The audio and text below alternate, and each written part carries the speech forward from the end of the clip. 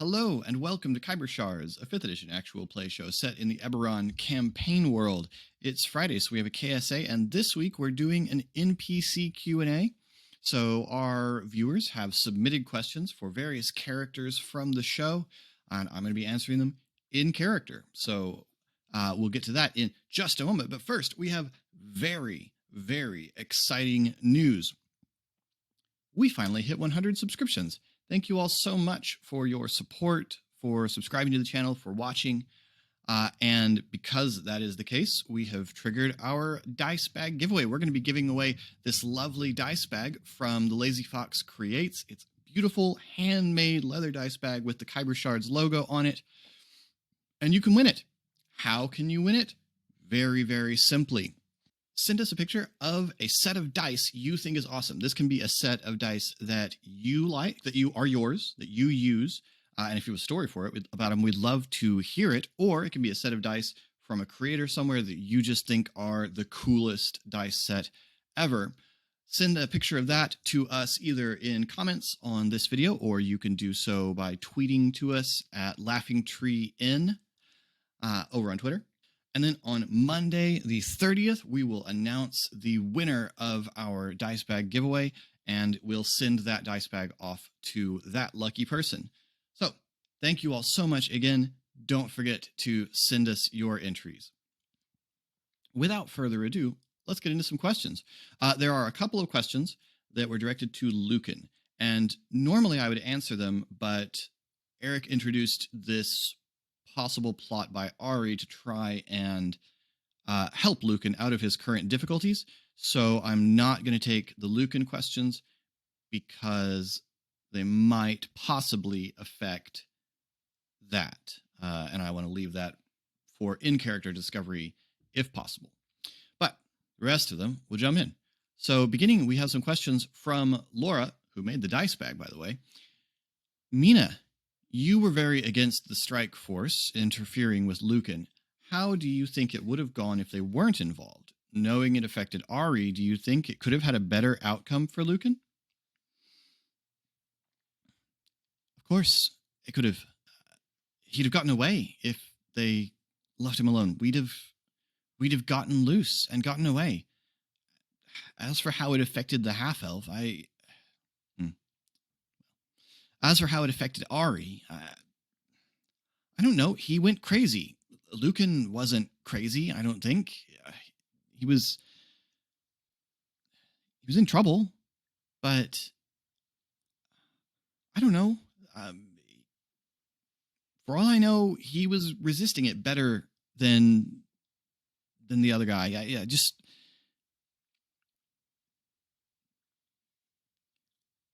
he certainly wouldn't be where he is now. And that's better. So, yes, it would have had a better outcome.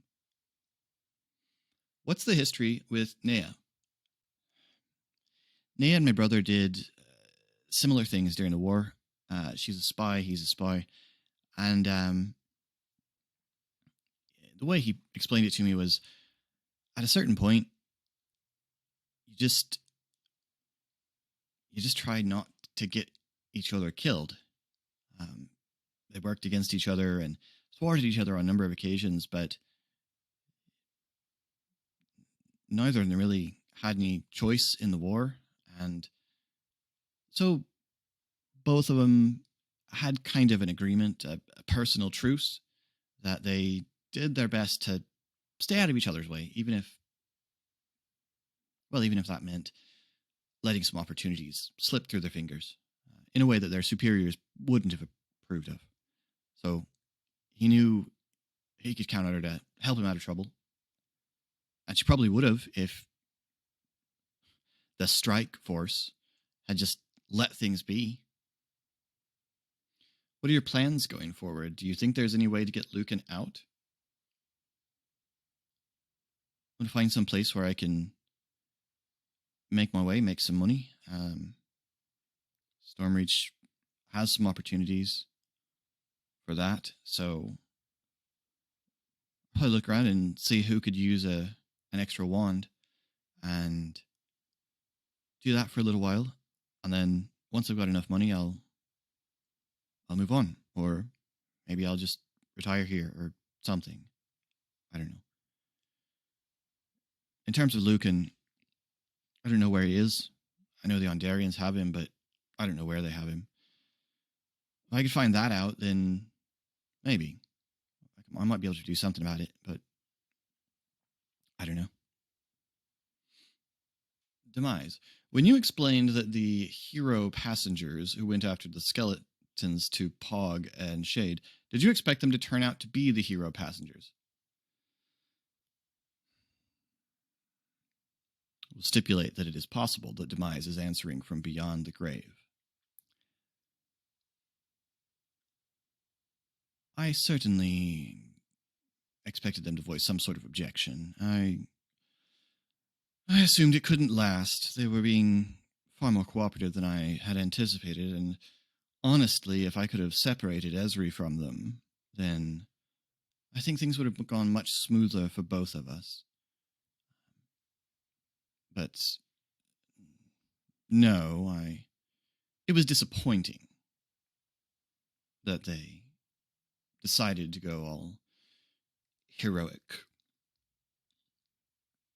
Not so disappointing as being thrown off of a train, however. Malcolm, how did you meet Sam? What is your boat's name? Well, doing the job of a smuggler, you take on a lot of interesting cargo, and most of the time you try not to look twice at it. You get paid not to look twice. You get paid not to pry open boxes. But when one of the boxes is making noise, there's only so much you can turn a blind eye to it. And so I looked, and there was this, I don't know, he couldn't have been more than a few feet long at the time, down in this crate, this little multi-legged serpent thing. And,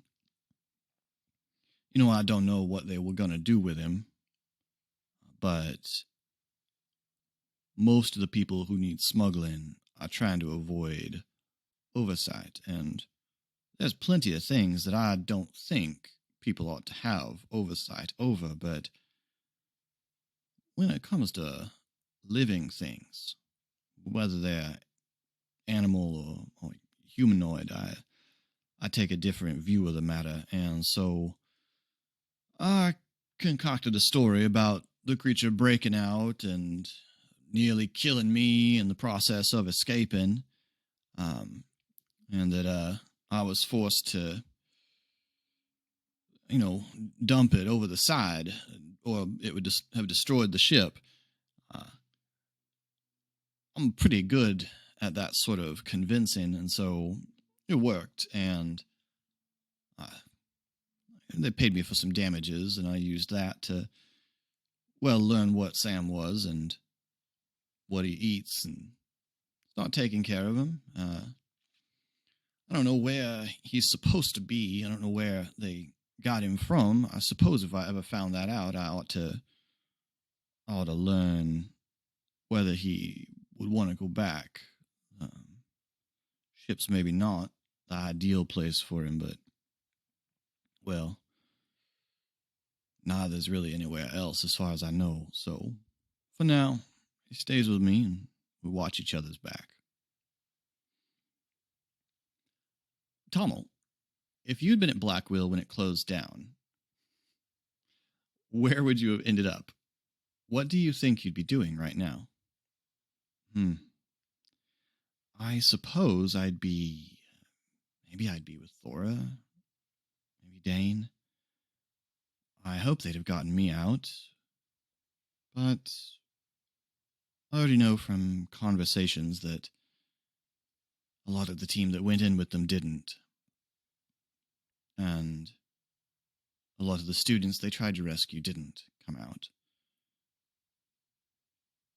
Of the two, Dane's got the brighter idea. Thora's always was, as far as I can tell. rather an idealist. So I'd probably, if I had to choose, I suppose I'd side with Dane, but wouldn't see the world clearly. Neither of them really sees. Dane's closer to the truth, but neither of them really sees what it is that's happening in the world, and I get to be a part of showing them. And that's worth a lot. Emily asks, Dane, what's an average day in the life like for a kid that you've inducted into the Children of Khyber? Do you wish there was anything different you could do for them? Well, first, just to clarify, we don't induct a lot of children. We try not to, because we're not an educational institution like what Thora's doing, and I think what she's trying to do is extremely good and admirable. We need that, but we also need what I do, and I think Thora's trying to do, well, she's trying to have it both ways, and there's just not a lot of things in life where you can. But when we do take in children who are in danger, we don't snatch anyone or anything like that, but children who have nowhere to go, children who are in danger, we find homes for them. We have a place, and they can stay there. But a lot of times, we'll have families who are connected to the Children of Khyber that will take them in and watch over them. We try to find them education if we can. There are limited opportunities, but we do what we can and try to teach them to control their power, and then if they want, they can stay with us, and if not, we'll try to help them find a useful trade that they can do. We have some who, not children, we haven't been going long enough for that, but we have some who've gone that path instead of becoming part of any sort of strike team or helping in the training or anything like that. We have some who just do useful crafts and help us support us that way. We usually put the children through some apprenticeship with that if we can. That would be the plan. Average day for someone living among us looks, in a lot of cases, not unlike the average day for anyone else, except it's a little bit harder. It's a little bit less certain. But where I can, I get rid of that uncertainty. Forge, what is your favorite item you've created or enchanted?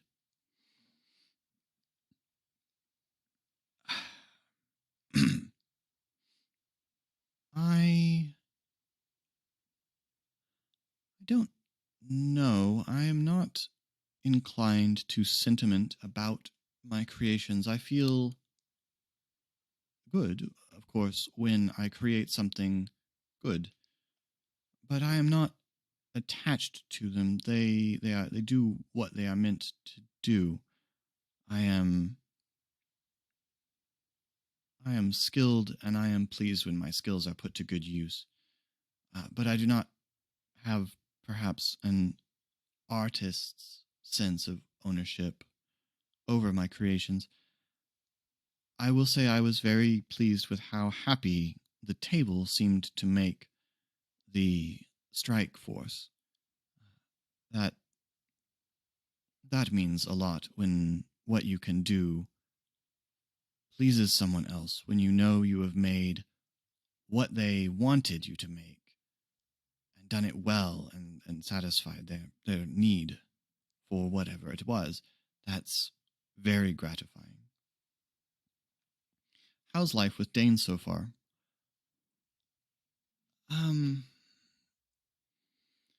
Life with Dane is very different.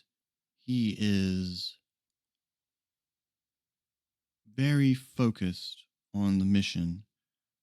We have assembled a team and are preparing to make a move on the facility. I believe we have a chance of success. I understand some of what Dane has shown me about the facility. I'm not sure why. I have no memory of such a facility, but I seem to understand it. It is familiar. So I think we have a good chance of some success. I don't know what it will accomplish in the end. Do you miss the manor and or the people in it? It was nice to have space to create, just to do it, to just try things out. But it is also nice to be working on things for a specific purpose. I know that there may be violence in what we are going to try to do, and I do not like that very much, but I understand that it is necessary.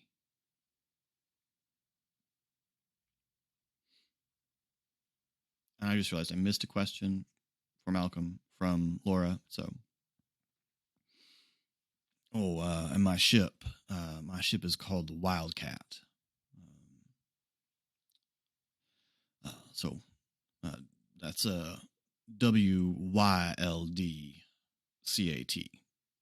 spelled the Ondarian way, Northern Corvair. Mia asks, Dragonhawk, how'd you get your name? Well, my name's drawn from the national animal of Ondare. My home country, the Dragonhawk, is a beautiful and majestic creature. I've never understood why secret agents in other countries don't prefer code names. Or sometimes the code names are boring, like just numbers. It's just a lack of imagination there. Spies in my country have an appreciation for the dramatics of what we do, and we like code names. But my own, when my mark manifested, I was turned out like a lot of people, I imagine.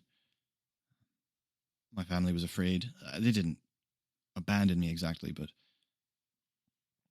they were afraid. They didn't know what to do, and at a certain point, you know that you're more a danger to people than you should be. And so I left. And about that time, Ondare was also building its own project to recruit aberrants into the Royal Eyes to do good service for Queen and country. They asked us what we wanted to be called. I looked at the truth is, I lost a lot of who I was when my mark manifested. Mark isn't an identity. I lost family. I lost friends. I left where I came from. But I was still an Ondarian. And that flag with the Dragonhawk crest on it.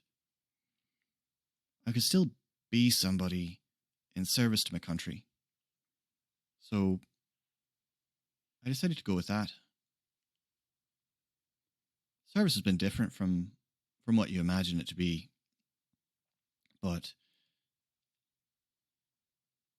it's been good. And I've embraced the identity, and now that I'm working with the Ninth Wands, it works well as a street name too, as it turns out. So I just kept it.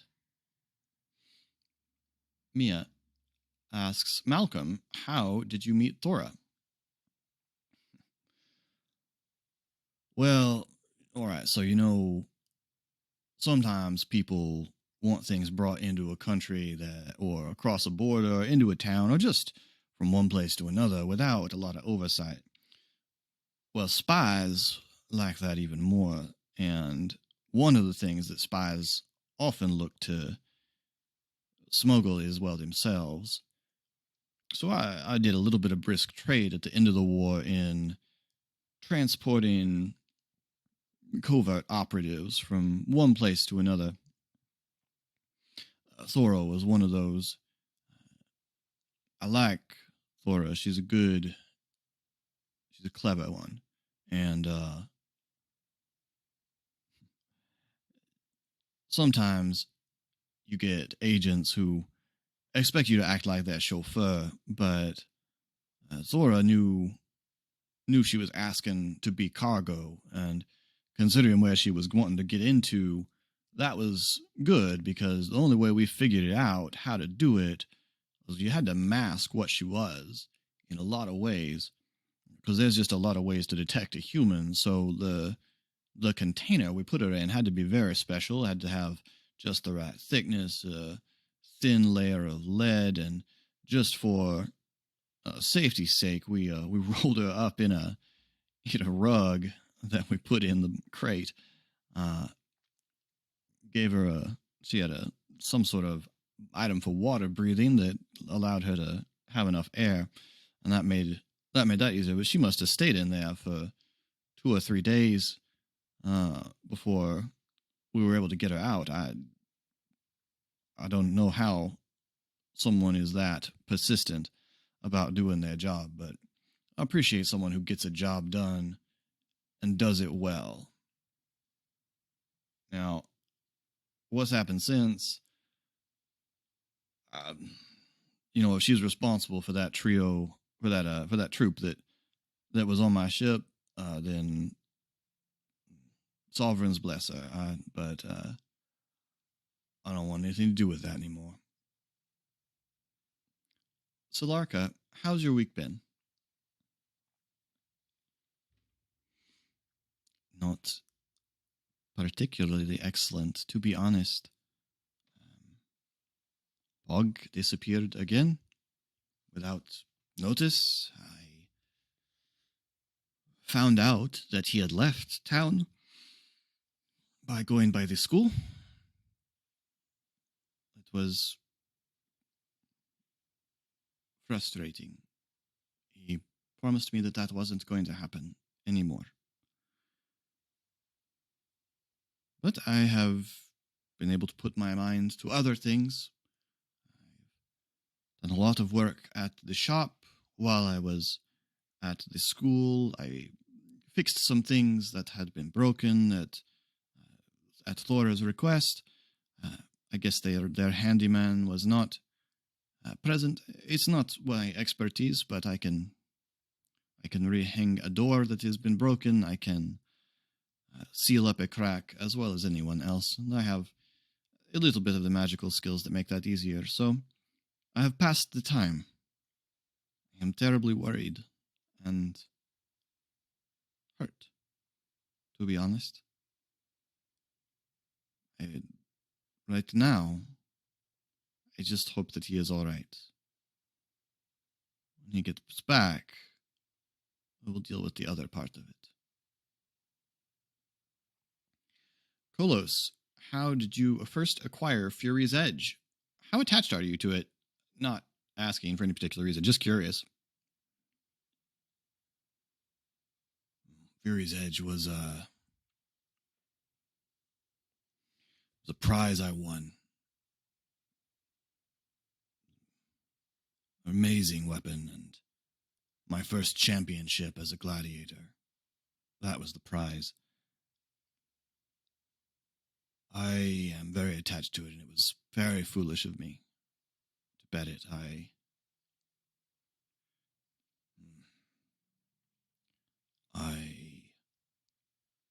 caught up in my own bravado.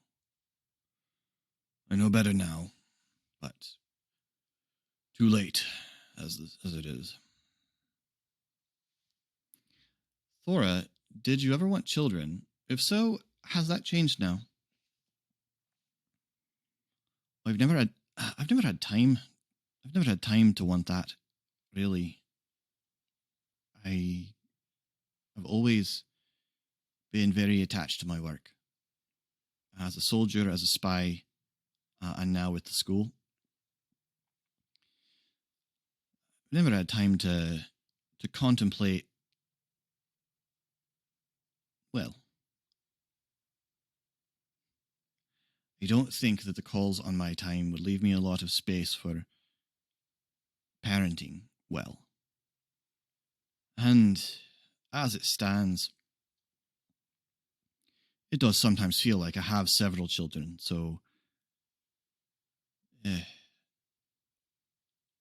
more might not be advisable yet. Maybe if the school grows enough that I can hire some additional help. But I'm a lot of steps away from a decision like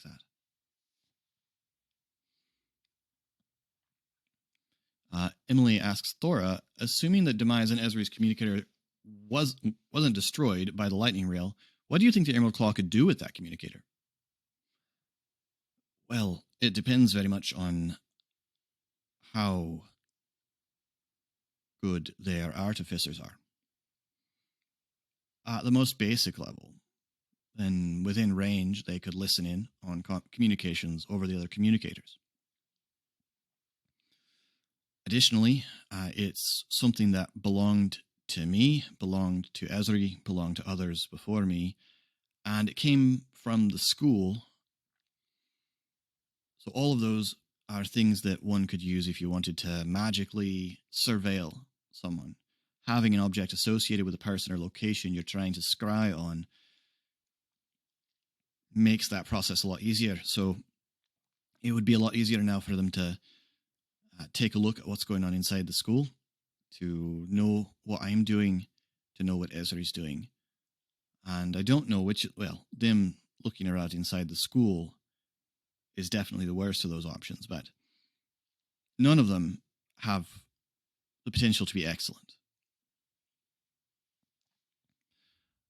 Emily also asked Donabella, how are you liking quarterstaff lessons? It's pretty cool, to be honest. I'm really good at throwing stuff with my mind, but Miss Trevine showed me that I can sort of do that with the quarterstaff. Like, I'm little and not real strong yet, though I'm getting stronger doing this stuff, like, a lot. Like, yeah, I got muscles. But Thora showed me that Miss Tavine, sorry.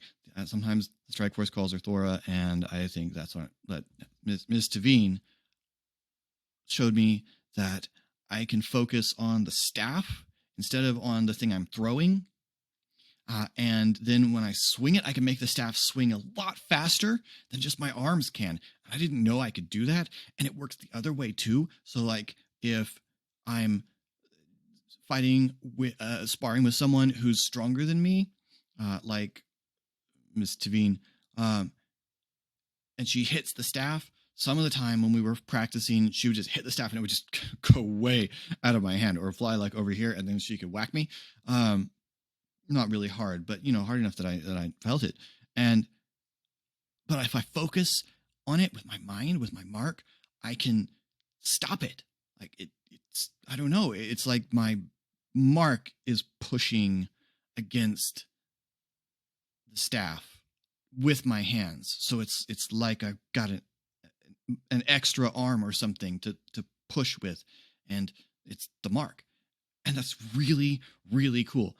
I want to figure out if I could get strong enough to throw the staff. Like that, I think, would be really, really cool, because then I could throw big things, and I've never tried to do that. But I'm also getting a lot more accurate with my darts and the little throwing ravens that I have. I'm getting a lot better. And I kind of want to get someone to make some like throwing unicorns. But I don't know if that would work because it's not like shaped right. But I wish Forge was still here. They would know how to do that. But anyway, it's going okay. Yeah. Do you have any plans to repurpose that equipment left by a certain quartet of party crashers? I have some ideas for some of it. It is some of it very, very valuable. So I will probably sell some of the items and use the funds to cover damages and to support the families of the embassy guard that was killed. It seems only just that any way in which the embassy might have, I will not say profited, but gained from that situation should at least go to making good for those who lost from it. And that is all of our questions for this week. Thank you all so much. This is always so fun. I always learn something about the characters. I didn't know that Solarka stuck around at the school and did some handyman work for a while, and I've got a bunch of ideas about Donabella. So questions like this are always very, very helpful for me in fleshing out NPCs, and I hope they're entertaining, at least for you. It's always fun to answer these. I try not to do a bunch of overthinking ahead of time so that it's in the moment, and that's fun. Anyway, you can get in touch with us at all the links in the description down below or in the comments. Remember, our giveaway is going on. Send us a picture of your favorite set of dice, either that you own or that you've seen and found a picture of, either in comments or over on Twitter at LaughingTreeIn. New episodes of Khyber Shards drop every Monday. New Khyber Shards answers every Friday. And until next time, thanks for rolling with us.